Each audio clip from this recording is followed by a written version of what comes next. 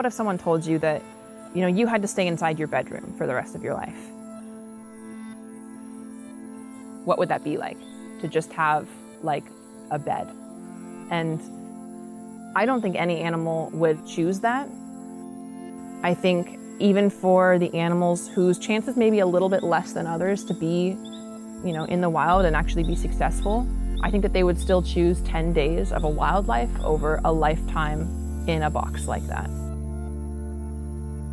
My name is Samantha Zwicker. I'm a conservationist and feline ecologist, and I'm also the founder and co-director of nonprofit Hoja Nueva. El Jaguar is a zoo that's located in Puerto Maldonado. It was the second zoo that we had gone to with the goal of potentially shutting it down. They have currently 3 large cats, several small cats, and other mesopredators. They also have a variety of herbivores and reptiles that we want to take in. They're not in good situations. They went months without getting fed, and now they're back to being fed, but they're back to being fed the wrong diets, which is resulting in poor health. There were actually a lot of accidents that happened during COVID as well. One of the local jaguars in the zoo was able to attack and maim 2 people that got too close to the enclosure because the enclosures themselves are not safe. Our goal is to partner with the other 2 rescue centers in the region to create a plan about the rescue of these animals and decide where they're going to go and what the future is for them, and to make sure that there are no more zoos in Puerto Maldonado. This zoo have been actively supporting the wildlife trade in this region for over 20 years.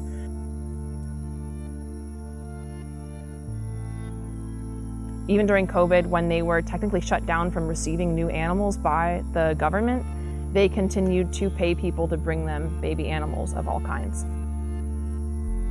You have people that are actually actively going out into the jungle and, usually shooting the parents and taking the babies of species that can be threatened or endangered and selling them to a local zoo because that zoo wants baby animals. And that is probably the worst thing that I can think of when it comes to a zoo.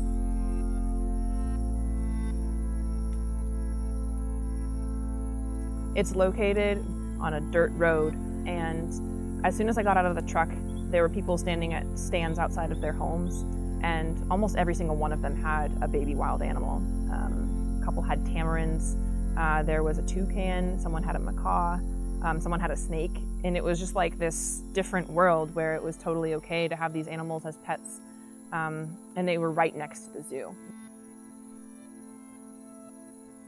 In the very first enclosure, when you first walk in, it's maybe 2 meters by 2 meters. And I just thought, like, oh my gosh. And I'm seeing 2 harpy eagles whose feathers have not been clipped that can probably be let free. There was a giant black caiman, probably around 13 to 14 feet long, in a pool that was 15 feet long. A pool that had not been cleaned in what looked like years. And then I had this experience with these 2 puma. One of them came up right near the edge. They were in such a small space. I felt like he was kind of calling out just to the wild or the jungle or something. And you could just see how unhealthy that they were.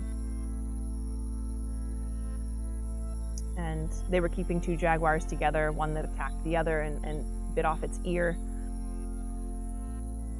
And then I kind of moved to the back where they were all the monkeys. And there's no enrichment inside. There's basically just a piece of wood on the ground and a piece of wood for a platform. And they kept reaching out their hand to grab my hand. So I ended up grabbing one of their hands, and it just sat there and held my hand for about probably 5 minutes. I mean, I just in my head, I was just speaking back to that monkey, essentially just being like, we're gonna come back for you. Just, hold on for a little bit longer. We'll be back. They are capable of so much. An animal that you would think, that one wouldn't survive in the wild, you'd be very surprised that it could. I think that there's strong hope for, all of the monkeys. I definitely think there's hope for the small cats. The majority of them probably have a chance at a wild life. I think that there are still going to be a few animals in there who become sanctuary animals.